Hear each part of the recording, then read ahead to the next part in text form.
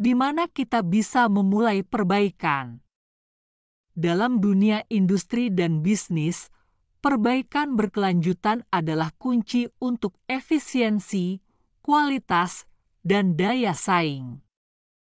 Untuk memulai perbaikan, kita bisa fokus pada 5 aspek utama, yaitu struktur, overview and insight, stability, capability, dan robustness. 1. Struktur. Perbaikan harus dimulai dari dasar yang kuat, yaitu struktur yang rapi dan sistematis.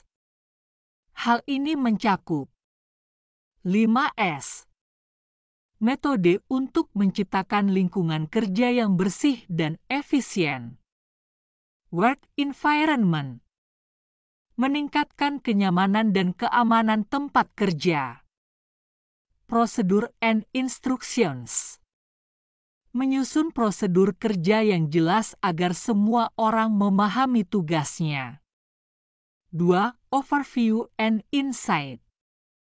Untuk memahami kondisi perusahaan dan menemukan peluang perbaikan, kita perlu gambaran yang jelas dan wawasan mendalam. Ini bisa dilakukan melalui Kaizen. Perbaikan terus-menerus dengan melibatkan semua karyawan. Visual Management and KPI. Menampilkan indikator kinerja secara jelas agar mudah dipantau. WIP Control. Mengendalikan work in progress agar tidak ada penumpukan pekerjaan. Continuous Improvement Culture. Membangun budaya yang mendorong setiap individu untuk terus meningkatkan kualitas kerja. 3. Stability. Setelah mendapatkan gambaran yang jelas, langkah berikutnya adalah menciptakan stabilitas dalam proses kerja dengan cara lain.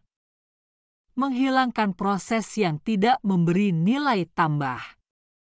Stable process. Menjamin konsistensi dalam produksi dan operasional.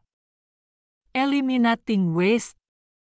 Mengurangi pemborosan dalam bentuk waktu, material, dan tenaga kerja. Flow and pull. Memastikan aliran kerja berjalan lancar dengan sistem tarik berdasarkan permintaan pelanggan. 4. Capability. Agar perbaikan berjalan optimal, perusahaan harus memiliki kapabilitas dalam mengontrol dan meningkatkan kualitas melalui Six Sigma. Mengurangi cacat dan variasi dalam proses produksi. Reducing variation. Menjaga hasil produksi agar tetap konsisten. In-process control. Memonitor kualitas selama proses berlangsung, bukan hanya di akhir. Statistical tools. Menggunakan alat statistik untuk menganalisis dan meningkatkan performa kerja. 5. Robustness. Langkah terakhir adalah memastikan perbaikan yang dilakukan bersifat tangguh dan berkelanjutan dengan pendekatan DFSS, Design for Six Sigma. Merancang produk dan proses sejak awal agar memenuhi standar kualitas tinggi. Robust process. Mengembangkan proses yang tahan terhadap variasi dan gangguan. Quality Function Deployment, QFD. Mengubah kebutuhan pelanggan menjadi spesifikasi produk yang terstruktur.